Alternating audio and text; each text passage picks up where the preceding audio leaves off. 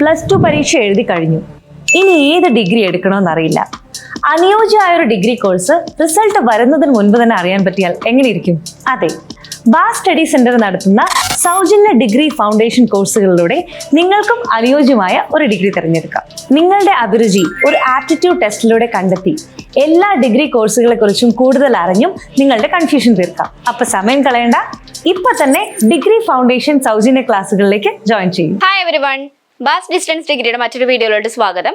അപ്പോൾ ഇന്നത്തെ വീഡിയോയിൽ നമ്മൾ ഡിസ്കസ് ചെയ്യാൻ പോകുന്നത് ശ്രീനാരായണ ഗുരു ഓപ്പൺ യൂണിവേഴ്സിറ്റിയുടെ ഫസ്റ്റ് സെമസ്റ്ററിന്റെ എക്സാംസും കാര്യങ്ങളൊക്കെ നമുക്ക് വരാറായിട്ടുണ്ട്.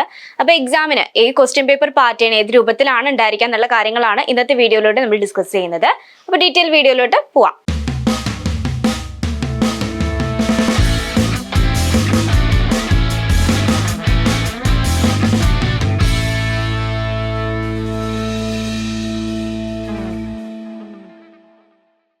+2 കഴിഞ്ഞ് ഏത് ഡിഗ്രി എടുക്കണമെന്ന് കൺഫ്യൂഷനുള്ള സ്റ്റുഡന്റ് ആണോ നിങ്ങൾ?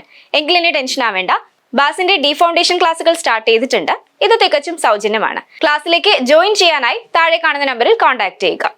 അപ്പൊ നമ്മൾ പറഞ്ഞതുപോലെ തന്നെ ശ്രീനാരായണ ഗുരു ഓപ്പൺ യൂണിവേഴ്സിറ്റിയുടെ ഇപ്പോൾ social formation in world history എന്ന് പറയുന്ന പേപ്പറിന്റെ ഡിസ്കഷൻ ആണ്, അല്ലെങ്കിൽ പേപ്പർ ഏത് പാറ്റേൺ ആണ് വരുന്നത് എന്നുള്ള കാര്യങ്ങളാണ് ഇന്നത്തെ വീഡിയോയിൽ നമ്മൾ ഡിസ്കസ് ചെയ്യുന്നത്.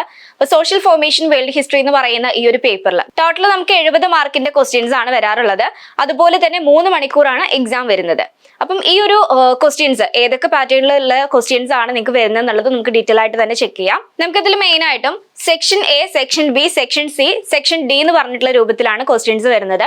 അപ്പം 70 മാർക്കാണ് നമുക്ക് ഉണ്ടായിരിക്കുക. സെക്ഷൻ എയിൽ നമുക്ക് മെയിൻ ആയിട്ടും 15 ക്വസ്റ്റ്യൻസ് ആണ് വരാറുള്ളത്. അപ്പൊ 15 ക്വസ്റ്റ്യൻസിൽ ഏതെങ്കിലും 10 ക്വസ്റ്റ്യൻ മാത്രം നിങ്ങൾ അറ്റൻഡ് ചെയ്താൽ മതി. നമുക്ക് ഫസ്റ്റ് സെക്ഷനിൽ നമുക്ക് ഓരോ മാർക്ക് വീതമാണ് ഉണ്ടായിരിക്കുക. അപ്പൊ ഏത് ക്വസ്റ്റ്യൻ ആണ് നിങ്ങൾക്ക് ഈസി ആയിട്ടുള്ള ക്വസ്റ്റ്യൻ എന്നുള്ളത് പ്രോപ്പറായിട്ട് ചെക്ക് ചെയ്യുക. എന്നതിന് ശേഷം മാത്രം ആൻസേഴ്സ് എഴുതാൻ വേണ്ടി ശ്രദ്ധിക്കുക. ഒരു മാർക്കാണല്ലോ എന്ന് കരുതിയിട്ട് നിങ്ങളത് വിട്ടു പോകരുത്. കാരണം ഒരു മാർക്കാണെങ്കിൽ നമുക്ക് ഇത് ഇമ്പോർട്ടന്റ് ആയിട്ടുള്ള ഒരു കാര്യം തന്നെയാണ്.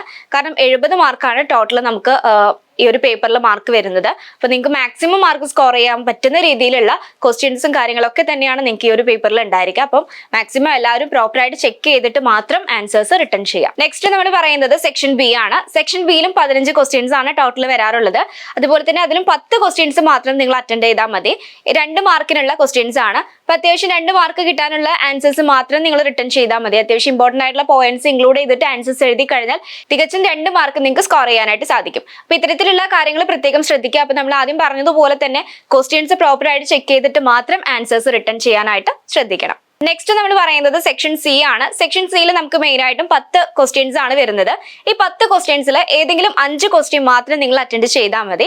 4 മാർക്ക് വീതമാണ് ഉണ്ടായിരിക്കുക. അപ്പൊ 4 മാർക്കിന് എത്രത്തോളം നിങ്ങൾ റിട്ടേൺ ചെയ്യണം എന്നുള്ളത് നിങ്ങൾക്ക് ഓരോരുത്തർക്കും അറിയായിരിക്കും. അപ്പൊ ആ രൂപത്തിൽ നിങ്ങൾ എക്സാംസും കാര്യങ്ങളൊക്കെ റിട്ടേൺ ചെയ്യുക. പ്രോപ്പറായിട്ട് ക്വസ്റ്റ്യൻസ് ചെക്ക് ചെയ്യുക. അതുപോലെ തന്നെ അറിയാവുന്ന ആൻസേഴ്സ് മാത്രം എഴുതുക. അപ്പം മെയിൻ ആയിട്ട് നിങ്ങൾ എല്ലാ ആൻസേഴ്സും എഴുതാൻ വേണ്ടി ശ്രദ്ധിക്കണം. എഴുതാതിരിക്കരുത്. നമുക്ക് മാക്സിമം മാർക്ക് സ്കോർ ചെയ്യാനുള്ളതാണ്. അപ്പൊ 4 മാർക്കാണെന്ന് കരുതിയിട്ട് സിമ്പിൾ ആക്കി വിടരുത്. ആൻസേഴ്സ് കൃത്യമായിട്ട് എഴുതി കഴിഞ്ഞാൽ തന്നെ നമുക്ക് മാർക്ക് സ്കോർ ചെയ്യാൻ വേണ്ടി സാധിക്കുള്ളൂ. പത്രത്തിൽ ശ്രദ്ധിച്ചു മാത്രം ആൻസേഴ്സ് റിട്ടേൺ ചെയ്യാൻ വേണ്ടി ശ്രദ്ധിക്കാം. അതുപോലെ തന്നെ നെക്സ്റ്റ് നമ്മൾ പറയുന്നത് സെക്ഷൻ ഡി ആണ്. സെക്ഷൻ ഡിയിൽ നമുക്ക് മെയിൻ ആയിട്ടും 4 ക്വസ്റ്റ്യൻസ് ആണ് വരുന്നത്.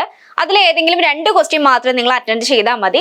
പക്ഷെ അവിടെ വരുന്ന ഡിഫറൻസ് എന്താന്ന് വെച്ചാൽ 10 മാർക്കിന്റെ ക്വസ്റ്റ്യൻ ആണ് ഉണ്ടായിരിക്കുക. അപ്പൊ 10 മാർക്കിന് എത്രത്തോളം നമ്മൾ റിട്ടേൺ ചെയ്യണം എന്നുള്ളത് പ്രോപ്പറായിട്ട് തന്നെ നിങ്ങൾ അതിലുള്ള എല്ലാ ഡീറ്റെയിൽസും ഇൻക്ലൂഡ് ചെയ്യുന്ന രീതിയിൽ വേണം നിങ്ങൾ ആൻസേഴ്സ് എഴുതാനായിട്ട്.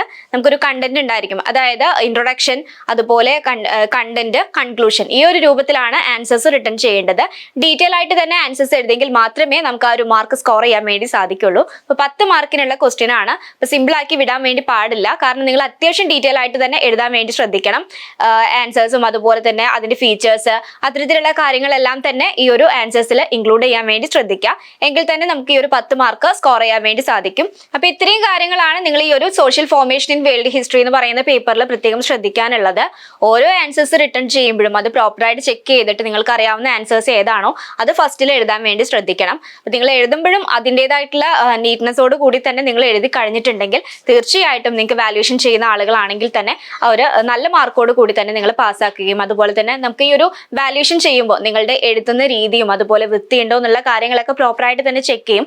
അതുപോലെ ആൻസേഴ്സ് ആണെങ്കിൽ കൂടി നിങ്ങളിപ്പം എഴുതിയിട്ടുള്ള ആൻസേഴ്സ് അതിൽ ഇമ്പോർട്ടൻ്റ് ആയിട്ടുള്ള കാര്യങ്ങളാണെങ്കിൽ കൂടി അതിന് താഴെ നിങ്ങൾ മാർക്ക് ചെയ്യുക. അതായത് പെൻസിൽ വെച്ചോ അല്ലെങ്കിൽ പെന്ന് വെച്ചോ നിങ്ങൾ മാർക്ക് ചെയ്ത് കഴിഞ്ഞാൽ അത് വാല്യൂഷൻ ചെയ്യുന്ന ആളുകളെ ഇംപ്രസ് ചെയ്യുന്ന രൂപത്തിലായിരിക്കും. അപ്പൊ ഇത്തരത്തിലുള്ള നിങ്ങളുടെ ടിപ്സും കാര്യങ്ങളൊക്കെ യൂസ് ചെയ്തിട്ട് എക്സാം എഴുതാൻ വേണ്ടി ശ്രദ്ധിക്കണം. അതുപോലെ പെന്ന് യൂസ് ചെയ്യുമ്പോഴും പ്രത്യേകം ശ്രദ്ധിക്കുക. റെഡിങ്ങോ അല്ലെങ്കിൽ ഗ്രീനിങ്ങോ യൂസ് ചെയ്യരുത്. നമുക്ക് നോർമലി നമ്മൾ യൂസ് ചെയ്യാറുള്ള ബ്ലൂ അല്ലെങ്കിൽ ബ്ലാക്ക്, അതുപോലെ പെൻസിൽ, ഇത്തരത്തിലുള്ള കാര്യങ്ങളാണ് നിങ്ങൾ മെയിൻ ആയിട്ടും ക്വസ്റ്റ്യൻ പേപ്പറിൽ അല്ലെങ്കിൽ ആൻസേഴ്സ് എഴുതുമ്പോൾ ശ്രദ്ധിക്കേണ്ട കാര്യങ്ങളായിട്ട് വരുന്നത്. അതുപോലെ ആൻസേഴ്സ് എഴുതുമ്പോൾ ചെക്ക് ചെയ്തിട്ട് മാത്രം ആൻസേഴ്സ് റിട്ടേൺ ചെയ്യാൻ വേണ്ടി ശ്രദ്ധിക്കുക. അപ്പൊ ഇത്തരത്തിലുള്ള കാര്യങ്ങളൊക്കെ പ്രത്യേകം ശ്രദ്ധിക്കണം. അപ്പൊ നമ്മുടെ ഇവിടെ പഠിക്കുന്ന സ്റ്റുഡൻസ് ആണെന്നുണ്ടെങ്കിൽ നിങ്ങൾ ഒരു കാരണവശാലും പേടിക്കേണ്ട കാര്യമില്ല. നിങ്ങൾക്ക് മോഡൽ എക്സാമും കാര്യങ്ങളൊക്കെ കഴിഞ്ഞതിന് ശേഷമാണ് നിങ്ങൾ മെയിൻ എക്സാം അറ്റൻഡ് ചെയ്യുന്നത്. ഇനിയിപ്പോൾ അതല്ല, പുറത്തുനിന്നുള്ള സ്റ്റുഡൻസ് ആണെന്നുണ്ടെങ്കിൽ ഇത്തരത്തിലുള്ള കാര്യങ്ങളൊക്കെ പ്രത്യേകം ശ്രദ്ധിക്കണം. അപ്പം ഈ ഒരു വീഡിയോയുമായി ബന്ധപ്പെട്ട് എന്തെങ്കിലും ഡൗട്ട്സ് ഉണ്ടെങ്കിൽ താഴെ കമന്റ് ചെയ്യാവുന്നതാണ്. ഇതുപോലുള്ള മറ്റൊരു യൂസ്ഫുൾ വീഡിയോയുമായി വീണ്ടും കാണാം. താങ്ക്